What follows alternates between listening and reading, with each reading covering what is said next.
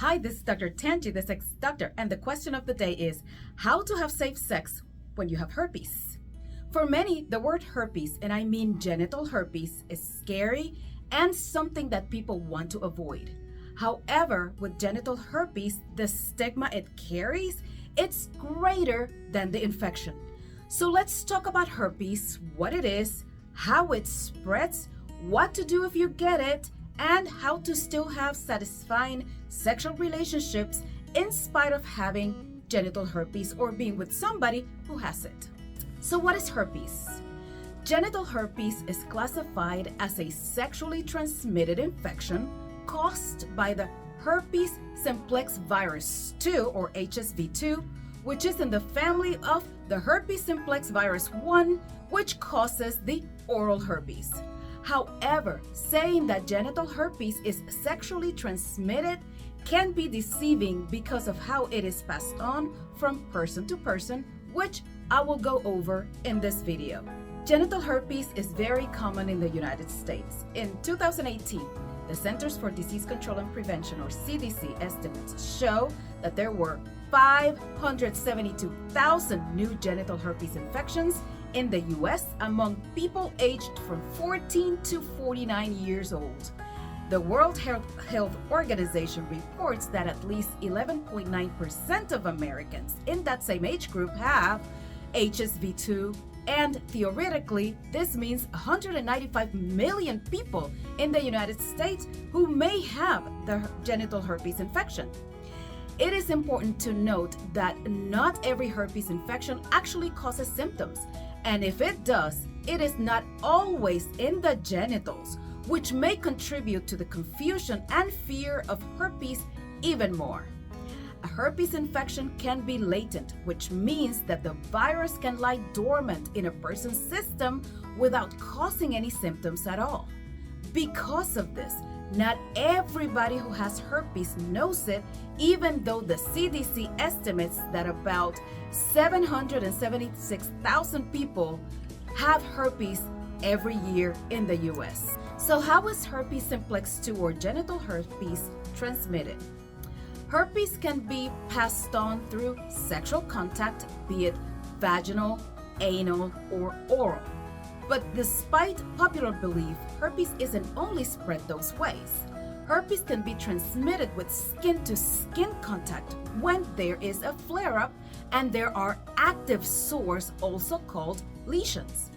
Herpes, whether it is the HSV1 or the oral, or HSV2, which is the genital, are most contagious in the time around an outbreak when the person infected is experiencing a flare-up of symptoms or notice that a flare-up is about to come.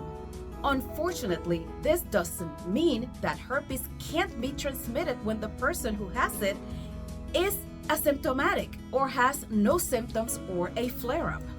Transmission can still happen, although it's just less likely. Genital herpes can be transmitted by having vaginal, anal, or oral sex with somebody who has the infection at any time. And it can be passed on by having contact with a herpes sore, also called a lesion as I said before, saliva from a partner with oral herpes, which can be transmitted to the genitals, genital fluids from a partner with a genital herpes infection, which can also be passed on to the mouth or to other areas in the body. Skin-to-skin contact in the area where there is an active lesion, skin in the genital area of a partner with genital herpes. You can also get genital herpes from a sex partner who does not have any visible sores or is unaware of their infection status. It is also possible to get oral herpes in the genitals, as I explained before, if you receive oral sex from a partner with oral herpes and vice versa. Or you can get infected with genital herpes in the mouth or other areas of the body, as I mentioned before.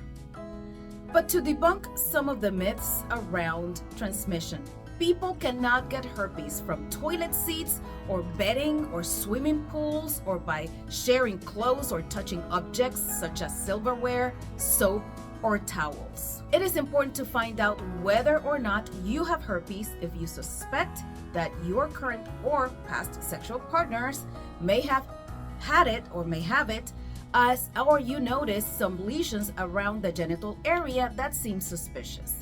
Instead of ignoring the symptoms, talk to a healthcare provider that can confirm or deny a herpes infection.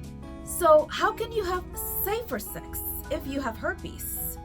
Well, if you know that you have genital herpes, it is important that you communicate the status with any prospective sexual partners you may have.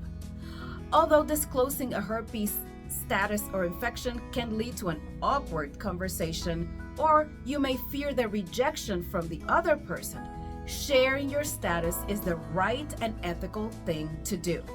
Share also what measures you are taking to stay on top of flare-ups, such as taking an antiviral daily, and be open to always wear protection in the form of condoms or use dental dams with each other and with each and every sexual encounter. If you have flare-ups, refrain from engaging in sexual activity that exposes the other person to the lesions until the recurrence of the infection has passed and there are no visible signs of sores, and if you are taking medication for the flare-up, until you have taken all of it throughout the course of treatment. So can you still have sex if you have herpes or the person that you are interested in has herpes? There are other sexual activities that you may do or have that do not require exposing the other person to open sores, such as kissing, caressing, doing oral sex, and masturbating the other person, and even masturbating yourself without touching the other person with the hands that have touched the lesions. Make sure to wash hands with soap and water after touching the genitals during an outbreak and before touching someone else. And absolutely do not have genital to genital, genital to oral, or genital to anal sex during an outbreak. There are also dating sites for people with genital herpes, which may alleviate the anxiety of people disclosing their status or eliminate barriers to sexual contact, since two people who have herpes or are herpes positive will not get reinfected. Be mindful though that herpes puts you in a greater risk of being infected with HIV, so protecting yourself with condoms and even dental dams during every sexual encounter is in yours and the other person's best interest. So, how do you stay herpes free and have sex with somebody who has genital herpes? Engaging in sexual activity with someone who is herpes positive always carries the risk of infection. Nonetheless, maintaining communication and making sure that there are no visible lesions at the time of contact may help you stay safe. Wearing condoms during fellatio, vaginal or anal sex, and dental dams during cunnilingus can also minimize the risk of infection.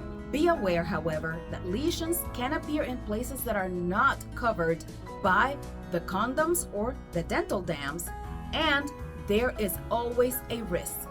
But the best thing you can do to stay healthy and safe is to learn about herpes. Herpes is not the end of life, and although it is a pesky infection, it is not deadly and will not lead to major health complications on its own. Genital herpes is not a reflection of whether or not a person is clean or good or has had too many sexual partners. So do not judge the morals of a person by the herpes status. And last, you cannot know whether or not you have herpes or someone else does by just looking at them. So if you have a potential new sexual partner and you have had unprotected sex in the past, get tested and share results. This is Dr. Tanji, the Sex Doctor. Thanks for watching, and make sure to watch all the other videos I post on sexual health, and see you next time with a very interesting question about sex answered.